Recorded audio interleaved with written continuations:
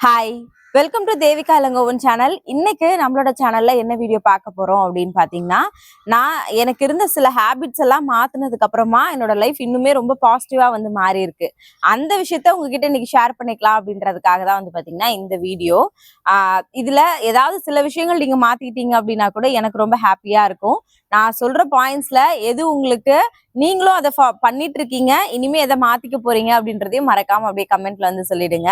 First விஷயம் நான் என்னோட லைஃப்ல சேஞ்ச் பண்ணது என்ன அப்படின்னு பாத்தீங்கன்னா, ஏர்லி மார்னிங் வந்து எந்திரிக்கிறது. ஏன்னா முன்னாடி எல்லாம் வந்து பாத்தீங்கன்னா ரொம்ப லேட்டா தான் வந்து எந்திரிப்பேன். ஸ்கூல்ல இருந்துச்சுன்னா ஒரு 6:30 7 o'clock தான் வந்து எந்திரிப்பேன். பட் ஏர்லி மார்னிங் எந்திரிக்க ஆரம்பிச்சதுக்கு அப்புறம் வந்து பாத்தீங்கன்னா லைஃப்ல நிறைய சேஞ்சஸ் வந்து நடந்திருக்கு. அதை நம்மள ரெகுலரா ஃபாலோ பண்ற எல்லாருக்குமே வந்து தெரிஞ்சிருக்கும். ஏர்லி மார்னிங் எந்திரிக்கிறது கொஞ்சம் கஷ்டம் தான். அதுக்கு என்ன பண்றது அப்படின்றது நிறைய பேரோட கேள்வியா இருக்கு. நைட்டு முடிஞ்ச அளவுக்கு சீக்கிரமா வந்து தூங்க பழகுங்க. ஏன்னா நம்ம எப்படி ஃபாலோ பண்றோமோ அதை பார்த்து தான் நம்மளோட பசங்களுமே வந்து ஃபாலோ வந்து பண்ணுவாங்க. நான் என்னோட லைஃப்ல சேஞ்ச் பண்ண 2 விஷயம், சீக்கிரமா தூங்குறது, காலைல ரொம்ப சீக்கிரமா எந்திரிக்கிறது. நைட் வந்து பாத்தீங்கன்னா ஆல்மோஸ்ட் எப்படி பார்த்தாலும் 9ல இருந்து 9:30க்குள்ள கண்டிப்பா வந்து தூங்கிடுவோம். பசங்களை 9 o'clockலாம் ஷார்ப்பா எப்படியாவது வந்து தூங்க வச்சிருவோம். காலையில ஏர்லி மார்னிங் 4 o'clock எந்திரிக்கும் போது வந்து பாத்தீங்கன்னா என்னோட லைஃப்ல அதுக்கப்புறம் தான் நிறைய விஷயங்கள் வந்து நடக்கவே ஆரம்பிச்சிச்சு. யூடியூப் விஷயமா இருக்கட்டும், என்னோட பிசினஸ் விஷயமா இருக்கணும், எல்லாமே டெவலப் பண்ணதுக்கு காரணம் வந்து பாத்தீங்கன்னா ஏர்லி மார்னிங் எந்திரிக்கிறது மட்டும்தான். அந்த காலையில 4 மணி அப்படின்றது அவ்வளோ பிளசண்டா வந்து இருக்கும். காலையில எந்திரிச்சவங்களுக்கு கண்டிப்பா அதை ஃபீல் பண்ண முடியும். இல்ல நான் இது வரைக்கும் ட்ரை பண்ணதே இல்லை அப்படின்னா கண்டிப்பா ஒரே ஒரு நாளாவது காலையில 4 மணிக்கு எந்திரிச்சு அன்னைக்கு டே எப்படி இருக்கு அப்படின்றத எக்ஸ்பீரியன்ஸ் பண்ணி பாருங்க. நிஜமாவே ரொம்ப சூப்பரா வந்து இருக்கும். காலையில சீக்கிரமா உங்களோட வேலை எல்லாமே வந்து முடிஞ்சிரும். ரொம்ப ரிலாக்ஸா வந்து ஃபீல் பண்ணுவீங்க. மைண்டே வந்து ரொம்ப ஹாப்பியா வந்து இருக்கும். அதனால ஃபர்ஸ்ட் விஷயமா நான் என்னோட லைஃப்ல சேஞ்ச் பண்ணது என்னோட ஏர்லி மார்னிங் வந்து எந்திரிக்கிறது தான். தூக்கத்தை வந்து பாத்தீங்கன்னா கரெக்டா பேலன்ஸ் பண்ணி தூங்குறது. நைட்டு சீக்கிரமா தூங்கி காலைல வந்து எந்திரிக்கிறது. அடுத்த விஷயம் வந்து என்ன அப்படின்னு பாத்தீங்கன்னா, நான் என்ன ரொம்ப எப்பவுமே பிளசண்டா வச்சுக்கணும் அப்படின்னு சொல்லி நினைப்பேன். நான் எப்ப எந்திரிச்சாலுமே காலையில எந்திரிச்சா காலையிலயா இருக்கட்டும், ஈவினிங்கா இருக்கட்டும், எப்பவுமே வந்து பாத்தீங்கன்னா நான் என்ன ரொம்ப ஆக்டிவா இருக்கிறத தாண்டி நான் ரொம்ப அழகா இருக்கணும், நான் ரொம்ப பார்க்கும்போது பிளசண்டா இருக்கணும், எனக்கு நான் பாக்குறதுக்கே நல்லா இருக்கணும் அப்படின்றத பத்தி யோசிப்பேன். அதுக்காக டெய்லி காலைல எந்திரிச்சோடனே நீங்க மை போட்டு லிப்ஸ்டிக் போட்டு அப்படியெல்லாம் உங்களை இருக்க சொல்லல. நான் வந்து ஆக்சுவலா காலையில வந்து வீடியோஸ் எல்லாம் எடுக்கிறேன். நிறைய பேர் வந்து நம்மள பாக்குறாங்க, பாக்குறதுக்கு நம்ம இன்னும் பிளசண்டா இருக்கட்டும் அப்படின்றதுனால நான் இதெல்லாம் வந்து பண்றேன். பட் அதுக்காக நான் லிப்ஸ்டிக் மட்டும் தான் எக்ஸ்ட்ரா போடுறேன். மத்தபடி வந்து பாத்தீங்கன்னா நார்மலா நான் வீட்டுல இப்படிதான் இருப்பேன். மை வச்சுட்டு வீட்டுல சாரி இருந்துச்சுன்னா சாரி வந்து கட்டுவேன். புது சாரி இருந்தாலும் புது சாரி வந்து கட்டுவேன். வீட்டுல ஏதாவது ஜுவல்ஸ் இருக்கு அப்படின்னா அது வந்து வீட்டுல போட்டுப்பேன். கோல்டு ஜுவல்ஸா இருந்தா கூட இப்ப ஏதாவது ஒரு ஃப்ரைடே அப்படின்னா எடுத்து ஏதாவது ஆரம் இருந்துச்சுன்னா கண்டிப்பா நான் வந்து போட்டுப்பேன். அது மாதிரி என்ன நான் வந்து நல்லா பாத்துக்கணும், நான் வந்து அழகா இருக்கணும் அப்படின்றதுல நான் எப்பவுமே ரொம்ப கான்சியஸா இருப்பேன். அதுக்கு என்ன ரீசன் அப்படின்னா நம்மள பாக்குறவங்களுக்குமே வந்து பாத்தீங்கன்னா ரொம்ப பிளசண்டா இருக்கும். ஒரு ஹாப்பினஸ் வந்து கண்டிப்பா கிடைக்கும். அதை தாண்டி நமக்குமே வந்து நம்ம ரொம்ப டல்லா ஒரு நைட்டி போட்டுட்டு அப்படியே தலை கூட சீவாம ஒரு கொண்டை போட்டுட்டு அப்படியெல்லாம் இருக்கும்போது நம்மளே வந்து பாத்தீங்கன்னா வீட்டிலே இருக்கோம், என்னடா இது அப்படின்ற மாதிரிதான் வந்து தோணும். பட் இதே நீங்க வீட்டிலே இருக்கவங்களா இருந்தா கூட காலையில எழுந்திரிச்சு குளிச்சுட்டு சும்மா தலை பின்னி ஒரு பொட்டு மட்டும் வச்சிங்கனாலே உங்களுக்கே ஒரு பிளசண்டா வந்து இருக்கும். அது ரொம்ப ஹாப்பியான ஃபீல் வந்து கண்டிப்பா கொடுக்கும். நான் இதை என்னோட லைஃப்ல வந்து ஃபாலோ வந்து பண்ணிட்டு இருக்கேன். அடுத்த விஷயமா என்ன அப்படின்னா, என்னோட வீட்டை வந்து நான் ரொம்ப பாசிட்டிவா வச்சுக்கணும்னு எப்பவுமே வந்து நினைப்பேன். அதாவது வீட்டை எப்படி பாசிட்டிவா வச்சுக்கிறது, நிறைய பிரச்சனை இருக்கு, இதுல எங்க இருந்து பாசிட்டிவா வச்சுக்கிறது அப்படின்னு யோசிச்சீங்கன்னா, காலையில எந்திரிச்சு குளிச்சுட்டு ஒரே ஒரு விளக்கு மட்டும் ஏத்திட்டு வீடு ஃபுல்லா சாம்பிராணி மட்டும் போட்டு விடுங்க.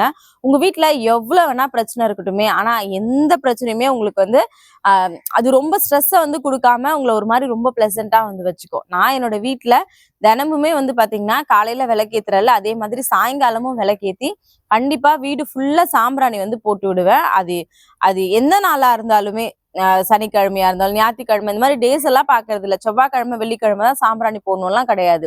ஷார்ப்பா 4:30 ஆச்சா முகம்லாம் கழுவிட்டு தலையெல்லாம் சீவிட்டு அடுத்தது வந்து பாத்தீங்கன்னா அப்படியே வந்து பூஜை ரூம்குள்ள போயிட்டு விளக்கேத்தி கொஞ்ச நேரம் சாமி கிட்ட உட்காந்து பிரேயர் வந்து பண்ணி முடிச்சுட்டு அடுத்தது வந்து பாத்தீங்கன்னா வீடு ஃபுல்லா சாம்பிராணி வந்து போட்டு வைப்பேன். அது வீட்டுல இருக்கவங்களுக்குமே, இப்போ தேவேஷ் எல்லாமே வெளியில போயிட்டு வரானா வரும்போதே அம்மா சூப்பரா இருக்குமா வீடு அப்படி சொல்லிட்டே உள்ள வந்து வருவான். ரொம்ப நல்லா இருக்கும். முடிஞ்சுன்னா வாசல்ல 2 விளக்கேத்தி வந்து ட்ரை பண்ணி பாருங்க. ரொம்ப பாசிட்டிவான ஒரு ஃபீல் வந்து கண்டிப்பா வந்து உங்களுக்கு வந்து கொடுக்கும். அடுத்தது வந்து பாத்தீங்கன்னா என்னோட லைஃப்ல நான் முக்கியமா சேஞ்ச் பண்ண விஷயம் என்ன அப்படின்னு பாத்தீங்கன்னா, என் ஹஸ்பண்டுக்கு எவ்வளவு சம்பளம் வருதோ முடிஞ்ச அளவுக்கு அதுல எவ்வளவு வந்து அதாவது அந்த பணத்துக்குள்ள எப்படி என்னால ஃபேமிலி வந்து ரன் பண்ண முடியும் அப்படின்ற விஷயத்த வந்து நான் எப்பவுமே வந்து ஃபாலோ பண்ணுவேன். காசு வந்து பத்தல, இப்ப நிறைய கமிட்மெண்ட் இருக்கு எங்களுக்கு, இருந்தா கூட எவ்வளவு வருமானம் வருதோ அதுலதான் குடும்பம் வந்து பண்ணுவேன்.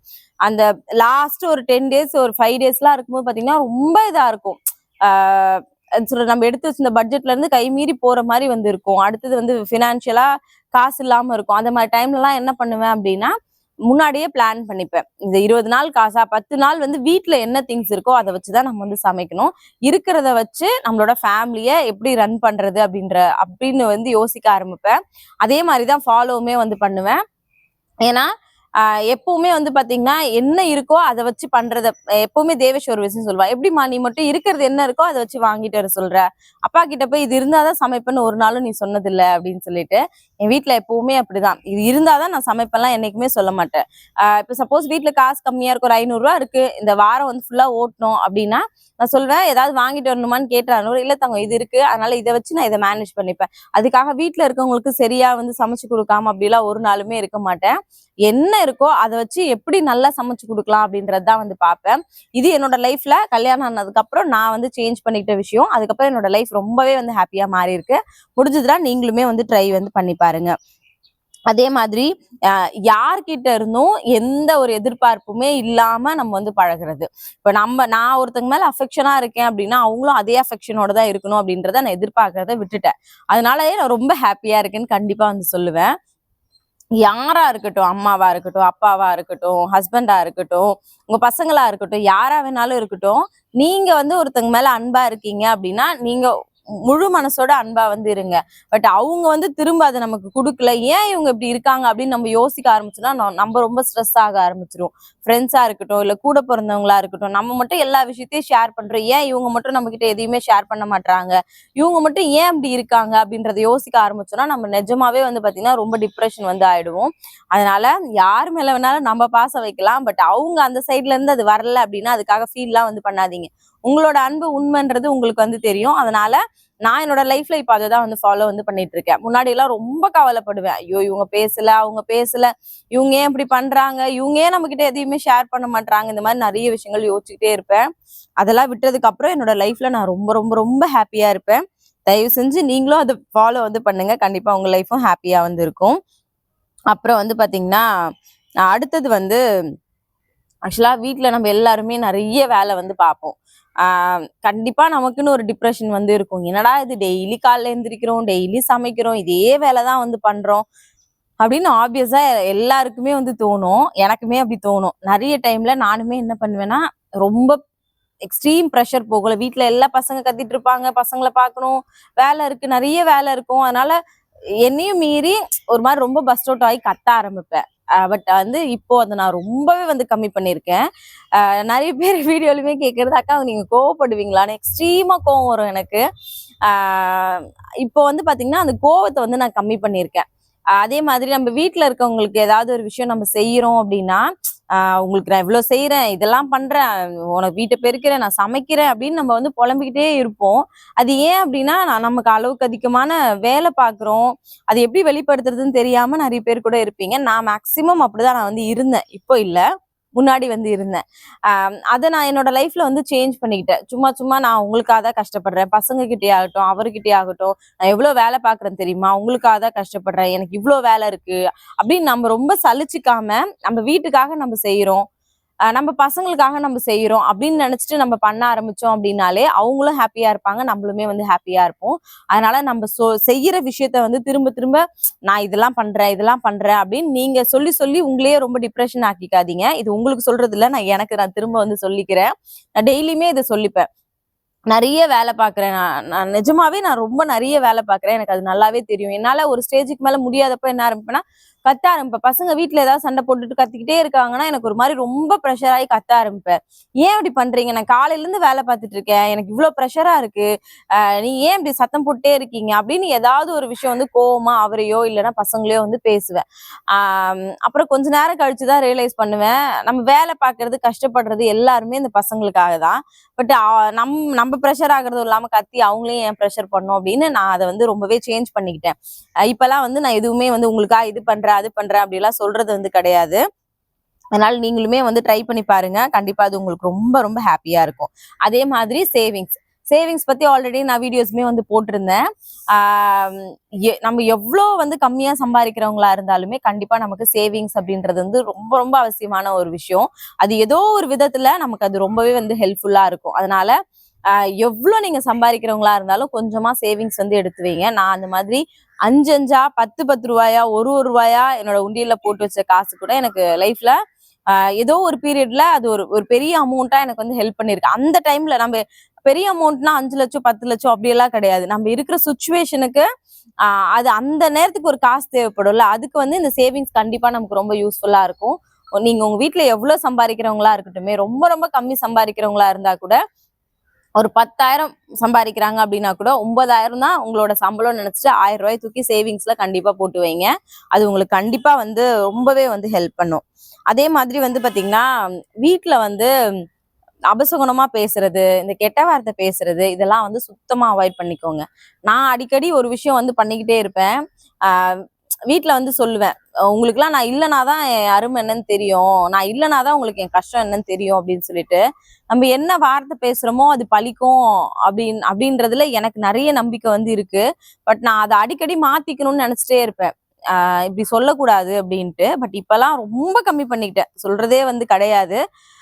இருந்தாலும் அதை ஃபுல்லா வந்து சொல்லாம இருக்கணும் அப்படின்னு நினைக்கிறேன். பசங்க கிட்டயும் சரி அவர்கிட்டயும் சரி அடிக்கடி சொல்ற வார்த்தை, நீங்க என்ன ரொம்ப ப்ரெஷர் பண்றீங்க, நான் இல்லைனாதான் உங்களுக்கு என் கஷ்டம் தெரியும். தேவேஷ் கிட்ட கூட அடிக்கடி சொல்வேன், நீ சாப்பாட்டை வேஸ்ட் பண்ற, நீ வந்து சொல்ற பேச்சை கேட்க மாட்டேற, உனக்குலாம் அம்மா இல்லைனாதான் அந்த கஷ்டம் தெரியும் அப்படின்னு. ஒருவேளை நான் இல்லை அப்படின்னா என் ஃபேமிலி எப்படி இருக்கும்னு என்னால நினைச்சு கூட பார்க்க முடியல. அது நம்ம சும்மா வார்த்தையா சொல்றோம், பட் அது ஒருவேளை பழிச்சிருச்சுன்னா, இவர் அடிக்கடி ஒரு வார்த்தை சொல்லுவார், உன் வாயில எந்த வார்த்தையுமே வந்து சொல்லாத, அது வந்து பழிக்குது அப்படின்னு சொல்லுவாரு.